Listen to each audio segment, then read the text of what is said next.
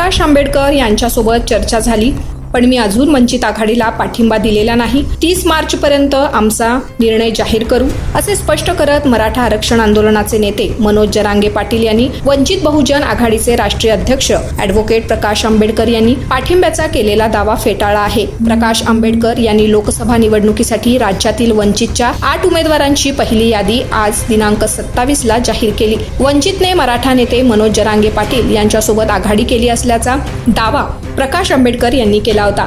जरांगे पाटील यांच्या आम्हाला पाठिंबा राहणार असल्याचंही त्यांनी जाहीर केलं होतं.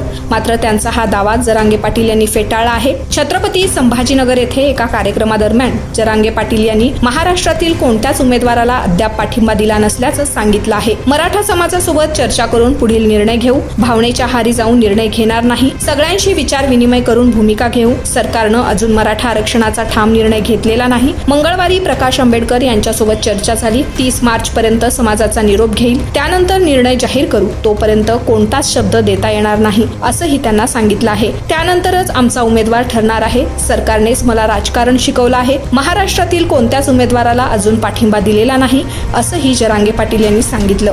जरांगे पुढे म्हणाले की वंचितला पाठिंबा देण्याबाबत चर्चा झालेली नाही. मराठा समाजाचा निर्णय 30 मार्चला येणार आहे. त्याआधीच त्यांना पाठिंबा देऊन मी समाजाला फसवू शकत नाही. वंचितनं 9 ठिकाणी उमेदवार जाहीर केलेत, मग त्या जागा वगळून तुमचे उमेदवार देणार का? या प्रश्नावर ते म्हणाले की योग्य वेळ ठरवू.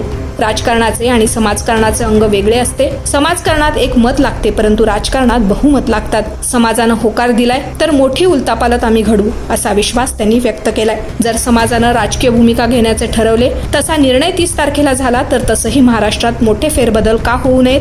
तसेच मोठ्या घडामोडीही सध्या राज्यात सुरू आहेत असंही ते म्हणाले. आमच्या समाजाची ताकद गौण समजली जात होती, तिची दखल घेतली जात नव्हती. काही असंतुष्ट लोकांना पत्रकार परिषद घेऊन आरोप करायला लावायचे. ही जी पोरकटपणाचे चाळे सरकार करत आहे, त्यामुळे समाजात असंतोषाची लाट उसळली आहे. आपली राजकीय भूमिका ही भाजपला पोषक आहे, अशी टीका त्यांनी केली जात आहे. त्यावर ते म्हणाले, भाजपच्या IT सेलच्या वतीनं तशी फेकाफेकीही सुरू आहे. तसेच संभ्रम तयार केला जातोय. तसा कोणताही प्रकार घडणार नाही. सत्य पाहिले तर मराठा समाज हा गेल्या 10 वर्षात भाजपकडे झुकलेला आहे. मात्र आता मराठ्यांनी ठरवलं आहे की आता आपण आपली शक्ती दाखवली पाहिजे.